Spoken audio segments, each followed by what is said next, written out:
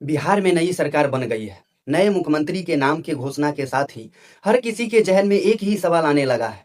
क्या शराबबंदी फिर से शुरू हो जाएगी? साल 2016 में लागू की गई शराबबंदी को राज्य के सबसे बड़ी और चर्चित नीतियों में माना जाता है। इसीलिए जैसे कि नेतृत्व में बदलाव हुआ, वह सवाल भी उठने लगा कि क्या नई सरकार इस नीति को जारी रखेगी या इसमें कुछ बदलाव करेगी। राजनीतिक गलियारों में इस समय यही चर्चा है, नई सरकार शराबबंदी की समीक्षा कर सकती है, खासकर जब तक राज्य की वित्तीय स्थिति पर दबाव लगातार बढ़ रहा है। यह चर्चा इसीलिए तेज हो गई है कि बीतते दिनों एनडीए में शामिल कुछ नेता खुद शराबबंदी और उसमें संशोधन की मांग उठाने लगे हैं। इसमें सबसे पहला नाम जीतन राम मांझी का है। उन्होंने कई बार सरकार से शराबबंदी पर ढील देने की बात कही है। वही हाल में मधुबनी विधानसभा क्षेत्र से विधायक माधव आनंद ने भी शराबबंदी कानून को लेकर बिहार विधानसभा में सवाल खड़े किए थे। बिहार में शराबबंदी सिर्फ एक कानून नहीं, बल्कि सामाजिक और राजनीतिक मुद्दा बन चुका है।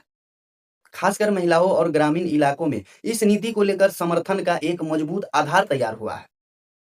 कई जगहों पे महिलाओं में शराबबंदी पर परिवार और समाज के लिए जरूरी बताया गया है। यही वजह है कि कोई भी सरकार इस कानून को अचानक खत्म करने का जोखिम आसानी से नहीं लेना चाहेगी। लेकिन सरकार के सामने एक बहुत बड़ा आर्थिक सवाल भी खड़ा है, क्योंकि शराबबंदी होने के बाद राज्यसभा में आंकड़ों पर नजर डाले तो शराबबंदी से पहले बिहार में शराब बिक्री से हर साल लगभग 4,000 से 5,000 करोड़ रुपए की आय होती थी।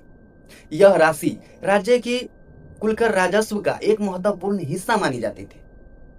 शराबबंदी लागू होने के बाद यह आय लगभग खत्म हो गई है।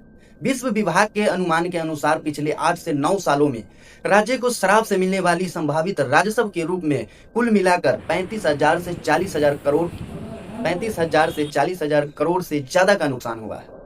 ऐसे में राज्य कर बजट कुल 2.78 लाख करोड़ रुपए है और अपनी आय सीमित है। यह सरकार के लिए एक बड़ी चुनौती बन गया है।